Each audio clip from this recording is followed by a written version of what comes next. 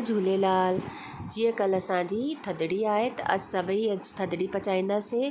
तो थधिड़ी जी special dish सिंधीअ गच। कीअं सही तरीक़े सां बिल्कुलु सही नाप सां बिल्कुलु तव्हांजा गच बिल्कुलु कुरकुरा ठहनि त तव्हां हिन नाप के यूज़ करे सुठा गच ठाही सघो था। हेलो फ्रेंड्स, कल हमारा एक सिंधी फेस्टिवल है, सिंधी पूजा है थधिड़ी, जिसमें आज के दिन हम बासीरा पका लेते हैं और कल के दिन हम पूरा दिन खाते हैं। उसमें हमारी स्पेशल डिश बनती है सिंधी गच। तो आइए देखिए कितनी बढ़िया बनती है। इसके लिए हम कोई भी एक चम्मच ले लें, उसी की नाप से हम सारी चीज़ें नापेंगे। यहाँ मैंने 7 चम्मच शक्कर ली है, जिसे मैंने 8 चम्मच पानी में घोल लिया है। और यहाँ मैंने 7 चम्मच मैदा लिया है उसी चम्मच से, और 7 चम्मच आटा लिया है, और इसमें मैं 2.5 चम्मच सूजी डाल रही हूँ। आप आराम से एक सेम चम्मच ले लें, उसी की नाप से सारे इंग्रेडिएंट नापेंगे तो बिल्कुल परफेक्ट बनेगा। यहाँ मैंने 8 से 9 चम्मच इसमें ऑयल ऐड किया है मोइन के लिए। यहाँ मेरे जो इस 7 चम्मच की क्वांटिटी से 12 गच बन के रेडी हुए हैं। तो अगर आप ज़्यादा बनाना चाहते हैं तो इसी को आप क्वांटिटी को डबल ट्रिपल कर सकते हैं। यहाँ मैंने छोटी इलायची इसमें तोड़ के डाली है, और अब मैं मोइन को पूरे आटे में अच्छे से मिक्स कर लूँगी। आप चाहें तो केवल मैदे के ही बना सकते हैं, लेकिन मैंने यहाँ मैदे आटे के मिक्स करके बनाए हैं। अब जो हमने शक्कर और पानी को घोल के रखा हुआ था, उसी पानी से हम इस आटे को अच्छे से मल लेंगे और एक अच्छा सा डो बना के रेडी कर लेंगे। अगर आपको लगे कि हल्का सा आपका आटा या मैदा गीला हो रहा है, तो अभी जो सूजी हमने इसमें डाली है वो फूलेगी, और 2 मिनट बाद आटे को रेस्ट देने के बाद आटा बिल्कुल सेट हो जाएगा हमारा। अच्छे से आटे को गूंद लें। आप अगर इसी नाप से बनाएंगे तो आपके गच कभी भी बिगड़ेंगे नहीं और बिल्कुल परफेक्ट बन के रेडी होंगे। आप अगर कम बनाना चाहते हैं तो कम चम्मच ले लीजिए, और अगर ज़्यादा बनाना चाहते हैं तो ज़्यादा चम्मच ले लीजिए। ये मैंने ऐसी नाप बताई है जिसमें मैंने कोई मेजरिंग स्पून नहीं लिया है। सब लोग ईज़िली आराम से बना सकते हैं। चलिए, अब हम इस आटे को 5 मिनट के लिए रेस्ट दे दी है, और अब हम स्टार्ट करेंगे इसको बनाना। यहाँ मैंने इस इतने आटे के 3 पेड़े बना के रेडी कर लिए हैं। अब हम इसको बेलेंगे, और ये बहुत ही आसानी से हमारा बेल जाएगा। अब हम इसे एक मोटी रोटी की तरह बेल लेंगे। ना ये ज़्यादा पतली होनी चाहिए, ना बहुत ओवर मोटी होनी चाहिए। अभी मैं आपको दिखाऊंगी कि ये कितनी मोटी बन रही है। बहुत ही आराम से आप देख सकते हैं, इतनी मोटी मैंने बनाई है। अब मैं इसके 4 पीसेस कर लूँगी। इसको गच इसलिए भी कहा जाता है कि एक रोटी का चौथाई हिस्सा होता है। इसको मीठी चौथे भी बोलते हैं, मीठी टिकड़ी सिंधियों की। और ये एक ऐसा नाश्ता है कि अगर आप इसे बना के रखें तो आपके हफ्ते भर ये ख़राब नहीं होने वाली। और आप इसको जो हम ऐसे तो हमारे सिंधी धर्म के अलावा सारे ही धर्मों में बासेरा होता है, तो ये एक बहुत अच्छी डिश है। इसे आप बना के रखें और आराम से 2-3 दिन तक बढ़िया एंजॉय करें। कभी सफ़र में बना के ले जाएं। इसमें मैंने छोटे छोटे से कट लगा दिए ताकि ये फूले नहीं और अंदर से करारी होके पके। कढ़ाई का तेल खूब अच्छे से गरम कर लीजिए, लेकिन जब इसमें ये ऐड करिए तो आप इसको थोड़ा सा गैस को सिम कर दीजिए। एक साथ सारे नहीं डालेंगे, 3 से 4 ही एक बार में डालेंगे। और इसको 1 मिनट तक हमें नहीं पलटना है। जब ये हल्के से पक्के हो जाए, एक तरफ से हल्के से पकने लगे, तब हमें इसे धीरे से पलटना है, और सेम गैस पे हमें इसे उलटते पुलटते गोल्डन ब्राउन करते हुए तल लेना है।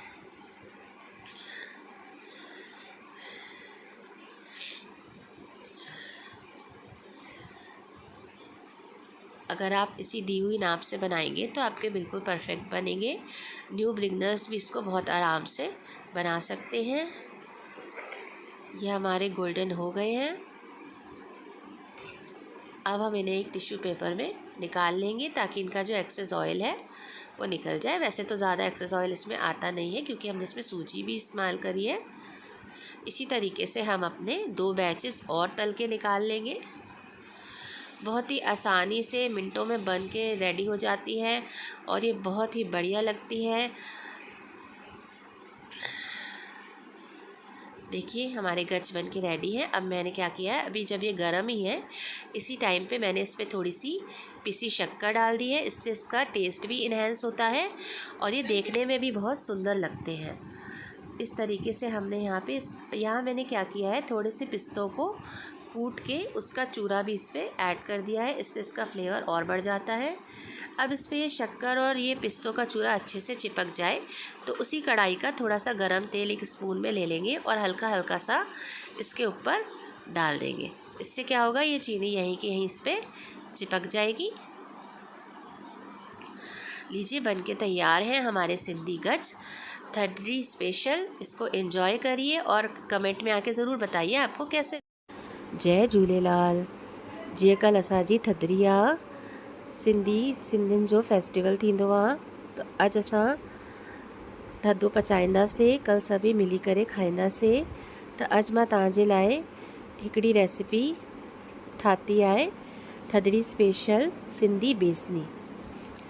तो फ्रेंड्स, ये हमारी सिंधी बेसनी बनाने के लिए हमने यहाँ 1 कप बेसन ले लिया है।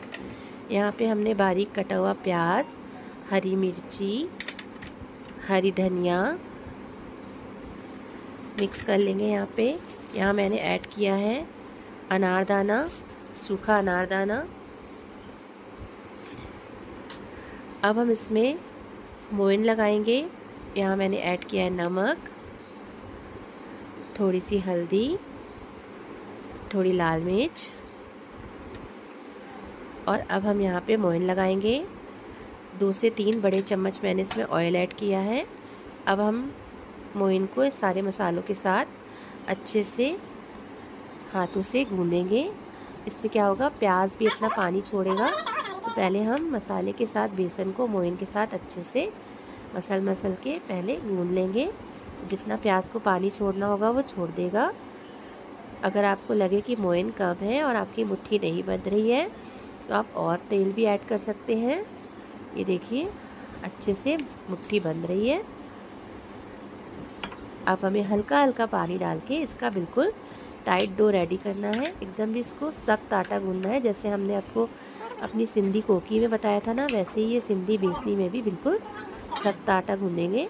ये आटा पूरी तरीके से जुड़े नहीं तो आप घबराएं नहीं। तेल का हाथ लगा के आप इसकी लोइयाँ बना के रेडी कर सकते हैं। इसकी मैं 2 बेसनी बनाऊंगी इतने बेसन से।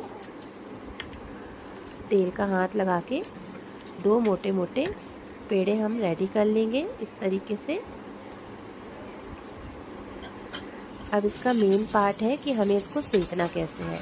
तो हम क्या करेंगे, ये एक मोटी सी लोई लेंगे और इसे हल्का सा बेलेंगे पहले। और अब हम तवे पे तेल लगा के हम इसे बेसनी को इस पे डाल देंगे और इसे हम अभी इसे आधा कच्चा पकाएंगे। आप देखिए मैं कैसे बना रही हूँ उसको। बहुत ही सावधानी से इसको पलट देंगे। एक तरफ से ये हल्की सी पक गई है।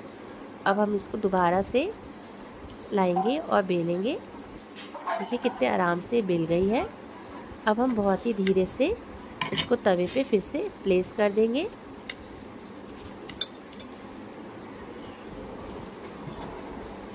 अब दोनों तरफ तेल लगाते हुए इसको बिल्कुल सिम गैस पे, आप गैस बिल्कुल मध्य कर दें ताकि ये अंदर से कच्ची नहीं रहे। इसमें हल्के हल्के से कट लगा दीजिए ताकि ये अंदर से पक जाए। दोनों तरफ तेल लगाते हुए इसको अच्छे से सेक लेंगे सिम गैस पे। इसको आराम से टाइम देते हुए धीरे धीरे अंदर तक पकने देंगे। ये हमारी कितनी बढ़िया बेसनी बन के रेडी हो गई है। इसी तरीके से हम अपनी दूसरी बेसनी भी बना लेंगे। चलिए मिलके बनाते हैं और कल एंजॉय करते हैं थदड़ी को। ये हमारे सिंधीज़ का फेस्टिवल है जिसमें आज के दिन हम खाना बनाते हैं और कल पूरा दिन खाना खाते हैं। कल हमारे यहाँ चूल्हा नहीं जलता है। बहुत सारे धर्मों में भी बासेरा होता है, उस टाइम आप ये डिश बना सकते हैं। या सफ़र में ले जाने के लिए भी ये बेस्ट है। अगर आपको मेरी डिश पसंद आई हो तो लाइक करें, कमेंट करें। जय झूलेलाल। जीअं असांजी कल थदड़ी आहे त अॼु थदड़ी स्पेशल सीरीज़ हलनि थियूं। हिन में अॼु असां ठाहियूं था मूंग दाल पराठा। फ्रेंड्स, कल हमारे सिंधियों का फेस्टिवल है थदड़ी, जिसमें हम आज के दिन खाना बनाते हैं और कल खाते हैं। तो इसमें मूंग दाल का पराठा बना के हम रखते हैं, जो ठंडा होने के बाद भी बिल्कुल टेस्टी लगता है। इसके लिए मैंने मूंग की धुली दाल ले ली है और इसको अच्छे से साफ़ करके 5 से 6 बार वॉश कर लीजिए और भिगो के 1 घंटे के लिए रख लीजिए। 1 घंटे बाद हम इसको सिपरी में या किसी भी खुले बर्तन में, बस हमें इतना पानी डालना है कि ये दाल हमारी हल्की सी सोक हो जाए। इसके अंदर हमने नमक और इसमें हमने ऐड कर दिया थोड़ा सा ऑयल। इसे खुले बर्तन में तब तक पकाना है जब तक ये दाल का पानी पूरी तरीके से सूख नहीं जाता है। 3 से 4 मिनट तक पकाने में आप देखेंगे दाल का पानी सूख गया है। अब इसमें हल्का सा मॉइस्चर है, हल्का हल्का पानी है। इस स्टेज पे आप गैस को सिप कर देंगे और इसको ढक के 3 से 4 मिनट तक अच्छे से पकने बाद जब आप इसे खोल के देखेंगे तो आप देखेंगे कि दाल कितनी अच्छी तरीके से खिली खिली और बिल्कुल अच्छे से सूख गई है और मैशी सी हो गई है। अब ये दाल बहुत गर्म है, तो अब इसके तुरंत पराठे नहीं बनाएंगे। इसको एक बड़ी थाली में फैला के सुखाने रख देंगे, ठंडी होने देंगे। पंखे के नीचे आप ठंडी कर लीजिए और जब ये दाल ठंडी हो जाएगी तो हम इसमें ऐड करेंगे कटी हुई हरी मिर्च और बारीक कटा हरा धनिया ढेर सारा। अब हम इससे हमने दाल जब बॉईल करी थी तब भी हमने नमक ऐड किया था, तो बस हल्का सा नमक हम इसमें और ऐड कर लेंगे। हल्की सी हम इसमें ऐड करेंगे लाल मिर्च और अब इस मसाले को पूरे अच्छे से मिक्स कर लेंगे। और यहाँ मैंने नॉर्मल आटा, जैसे हम चपाती के लिए आटा गूँथते हैं वैसे ही आटा गूँथ लिया है। आटे में मैंने कुछ भी मिक्स नहीं किया है। आटे की एक लोई लेंगे और अब हमें बेलना है पराठा। बस नॉर्मल पराठा की हम छोटी सी एक पहले लोई बना लेंगे ताकि स्टफिंग के लिए हम इसमें एक बढ़िया सी कटोरी नुमा बना सकें। और अब हम इसमें भर के खूब अच्छे से, बिल्कुल दाल भरने में कंजूसी नहीं करिए क्योंकि दाल जितनी अच्छे से भरी होगी उतना अच्छा टेस्ट आएगा। एक बड़ा सा पेड़ा दाल का बना लेंगे और अच्छे से इसको दबाते हुए, मसाले को भरते हुए पूरे पराठे को फिल कर लेंगे।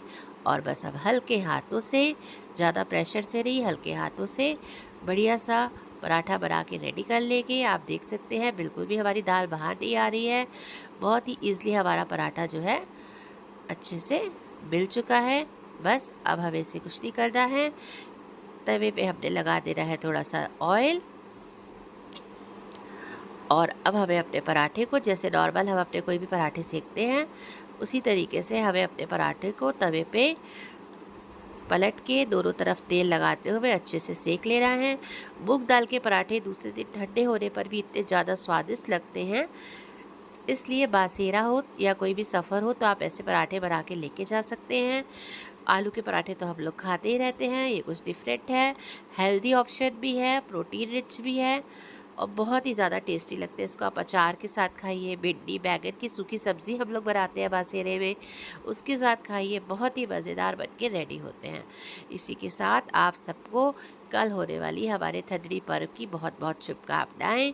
आपके थदड़ी फेस्टिवल की इस सीरीज़ में मैंने यहाँ पे गच्चे भी बना के डाले हैं, तो वो भी आप ज़रूर ट्राई करके देखिएगा।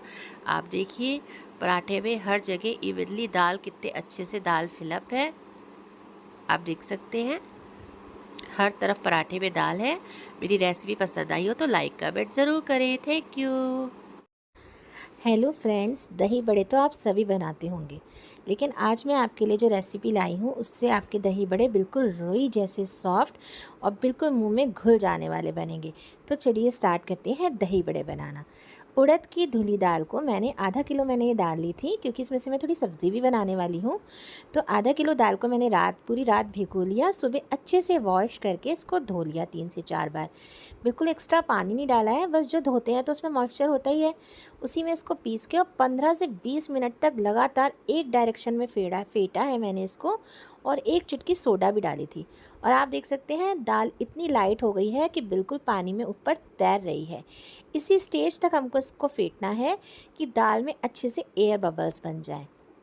दूसरी तरफ नॉर्मल टेम्परेचर के पानी पर मैंने यहाँ पे आरओ का पानी लिया है, उसमें थोड़ी सी हींग और नमक ऐड कर दिया है, क्योंकि जब मैंने दाल बनाई थी तो दाल में मैंने नमक ऐड नहीं किया था, पानी में ही ऐड कर रही हूँ। इसमें हम दही बड़े डालेंगे तो दही बड़े नमकीन हो जाएंगे।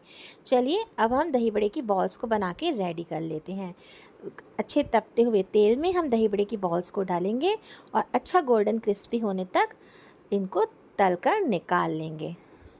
आप देख रहे हैं दही बड़ा अपने आप ही पलट जा रहा है, क्योंकि ये इतने ज़्यादा लाइट है, बिल्कुल लाइट वेट के हैं, इसीलिए अंदर से ना बहुत ही सॉफ्ट और मुलायम बनने वाले हैं। इस तरीके से दही बड़े तल के निकाल लेंगे। और दही बड़े की दाल मैंने इसलिए भी ज़्यादा भिगोई थी क्योंकि इसमें से ना मैं एक सिंधी सब्ज़ी भी बनाने वाली हूँ, सिंधी कचौड़ी की सब्ज़ी, जिसकी वीडियो मैं पहले ही अपलोड कर चुकी हूँ। वो भी सिंधियों की कचौड़ी की सब्ज़ी भी ना एक बहुत यूनिक और सिंपल रेसिपी है, उसको भी आप जाके ज़रूर चेकआउट करिएगा।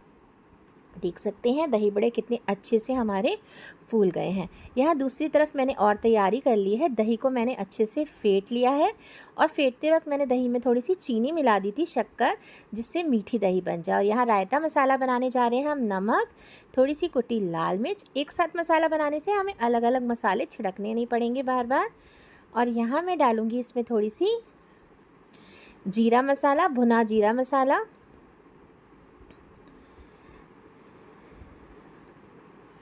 थोड़ा सा यहाँ मैंने ऐड किया है चाट मसाला। इस तरीके से हम एक साथ मसाला मिक्स करके रख लेते हैं ना, तो जब हम दही बड़े प्लेटिंग करते हैं तो हमें बार बार अलग अलग मसाले स्प्रिंकल नहीं करने पड़ते हैं, एक साथ हम मसाला इसमें डाल सकते हैं। तो ये मसाला हमारा रायते मसाला तैयार है। हरी धनिया पुदीना की चटनी तैयार है और इमली और खजूर की मीठी चटनी भी तैयार है। तो चलिए अब हम प्लेट करेंगे अपने दही बड़ों को। पानी में दही बड़े आप देख सकते हैं फूल के कितने डबल साइज़ के हो गए हैं। अब हम इसे हल्का सा करेंगे स्क्वीज़ और अब हम इसकी प्लेटिंग करेंगे। इस तरीके से दही बड़े पानी में बनाकर और एक बॉक्स में भर के आप फ्रिज में एयर टाइट डब्बे में 3 से 4 दिन रख सकते हैं। अब सारे दही बड़े हम पहले बाउल में निकाल लेंगे। आप देख सकते हैं दही बड़ा कितना ज़्यादा सॉफ्ट है।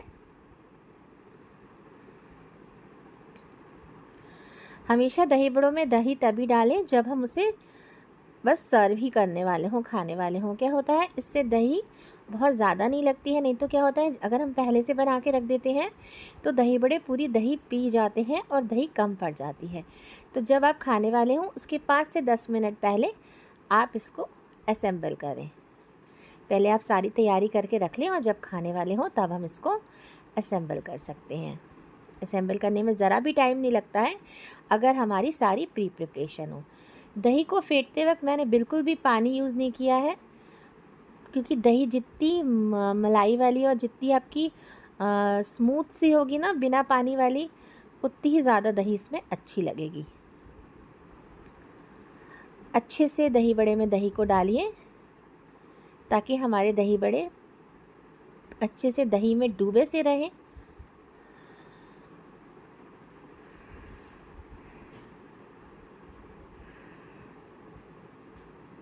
अच्छे से दही बड़ों को दही से कोट करने के बाद अब हम इसमें डालेंगे मसाला। जो मसाला हमने बना के रखा था, मसाला पहले से बना के रखने से बहुत कन्वीनियंट हो जाता है, हमें अलग अलग पहले नमक, मिर्ची, जीरा इस तरीके से नहीं छिड़कना पड़ता है, एक बार में हमारा काम इजी हो जाता है। अब मसाले के बाद इसमें हम डालेंगे धनिया पुदीने वाली हरी चटनी थोड़ी सी, इससे एक चटपटा सा टेस्ट आएगा हमारे दही बड़ों में। अब हम इसमें ऐड करेंगे गुड़ और इमली और खजूर की हमारी मीठी चटनी। दही बड़े का जो मेन टेस्ट इन्हेंस होता है वो इस गुड़ इमली की चटनी से ही होता है, इसको ज़रूर ऐड करिए।